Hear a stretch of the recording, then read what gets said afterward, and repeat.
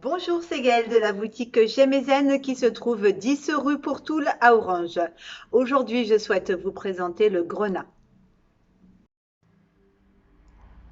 Voilà donc à quoi ressemble du grenat avec plusieurs qualités de grenat. Là, on voit un petit peu là les veines. Vous avez cette qualité aussi qui est intéressante. Alors quand c'est de la pierre comme ça, c'est vrai que par rapport à de la bijouterie où on voit du grenat, vous savez, de la pierre gemme là, très lumineuse, très translucide. Là, voilà, on a un grenat classique. Celui-là est facetté. Vous allez voir que sur la pierre brute, on voit bien également ces petites facettes, hein. Là, c'est une autre qualité de grenat. Je vais vous le montrer le brut, comme ça vous allez vous rendre compte. Donc, vous voyez, il y a des parties plates en fait, hein. Il est presque déjà, malgré qu'il soit brut, on dirait déjà qu'il a ces parties facettées, quoi. Je vais vous en montrer un autre.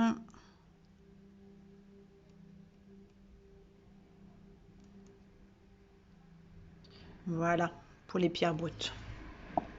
Alors, au niveau des gisements, vous en trouvez au Brésil, vous en trouvez en Tchécoslovaquie, en Autriche, en Inde, en Afghanistan, au Pakistan, à Madagascar, en Afrique du Sud. Là, pour les morceaux que je vous montre, je les achète en Inde. Pour le système cristallin, c'est le cubique, et pour la composition chimique, c'est du silicate d'aluminium et de fer. Au niveau des propriétés énergétiques du grenat, elle est idéale pour, enfin il est idéal parce que c'est un grenat, pour purifier les chakras, pour se revitaliser en énergie. Il apporte l'harmonie et la sérénité. C'est une excellente pierre pour la méditation.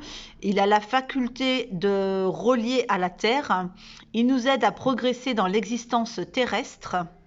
Ce sont des grands protecteurs qui inspirent les sentiments, l'amour, la fidélité. Ils favorisent et harmonisent les contacts amoureux et les relations sexuelles également. Il aide à renforcer et recharger son énergie vitale. Les magnétiseurs et les thérapeutes peuvent l'utiliser entre ou pendant leurs soins pour maintenir leurs énergies. Sur le plan psychologique, le grenat permet de prendre du recul, d'être à l'écoute des autres sans émettre de jugement.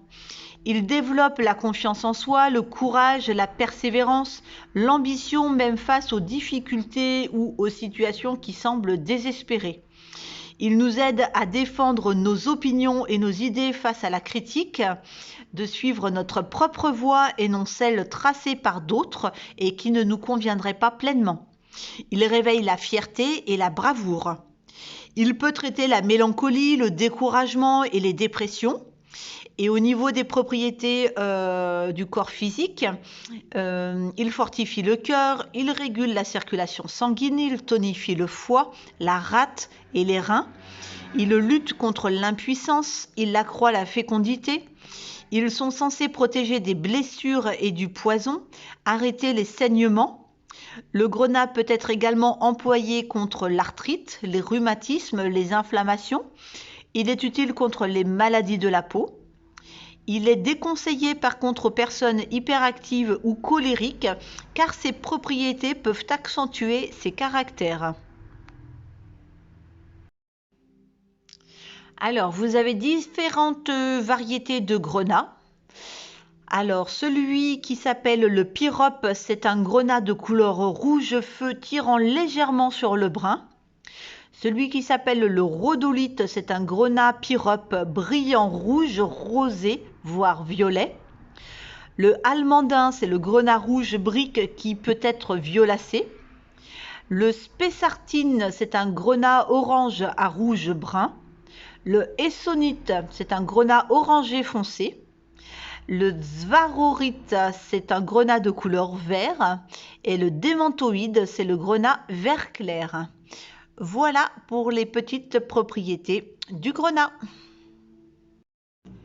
Concernant la purification et le rechargement de votre grenat, Vous le faites baigner dans un petit verre d'eau un quart d'heure, une demi-heure, de l'eau déminéralisée, de l'eau de pluie, de l'eau de source, l'eau d'une rivière. On évite l'eau du robinet parce qu'il y a du calcaire et du chlore à l'intérieur et que ça peut rendre vos pierres poreuses au bout d'un moment. Vous pouvez également utiliser le sel pour la purification. Ensuite, vous faites sécher votre pierre au soleil au moins 1 heure ou deux pour la redynamiser, plus si c'est OK pour vous. Si c'est une période où il n'y a pas de soleil, vous pouvez utiliser les amas de quartz type améthyste ou cristal de roche. Pour les personnes qui ne savent pas à quoi ça ressemble, voilà un amas d'améthyste sur lequel on pose sa pierre et on la laisse se recharger. Également, alors là, c'est une petite diode en cristal de roche. Voilà, on met sa pierre à l'intérieur pour qu'elle puisse se redynamiser. En entretien, c'est à faire à peu près tous les 3 ou 4 mois. Je vous souhaite une excellente journée. Je vous dis à bientôt.